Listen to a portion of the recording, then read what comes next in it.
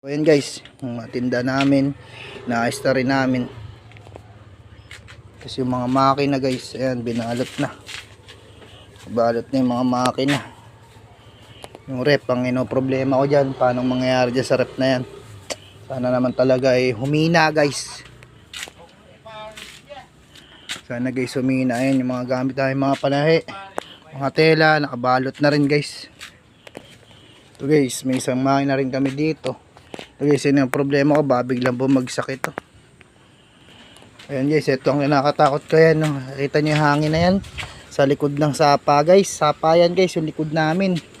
Tignan nyo naman yung tsura ng likod namin guys. Anong mangyayari dito?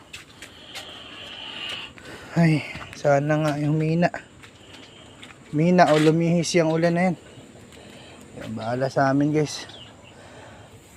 Nalangin tayo na manalangin. Yung likod namin, sapa yan guys, sapa. Yan guys, oh, grabe. Pag dyan ang galing ang hangin, durog kami dito sa likod. Guys, yung bahay namin, yung itsura ng harapan. Dali lang yan, tuklap yun.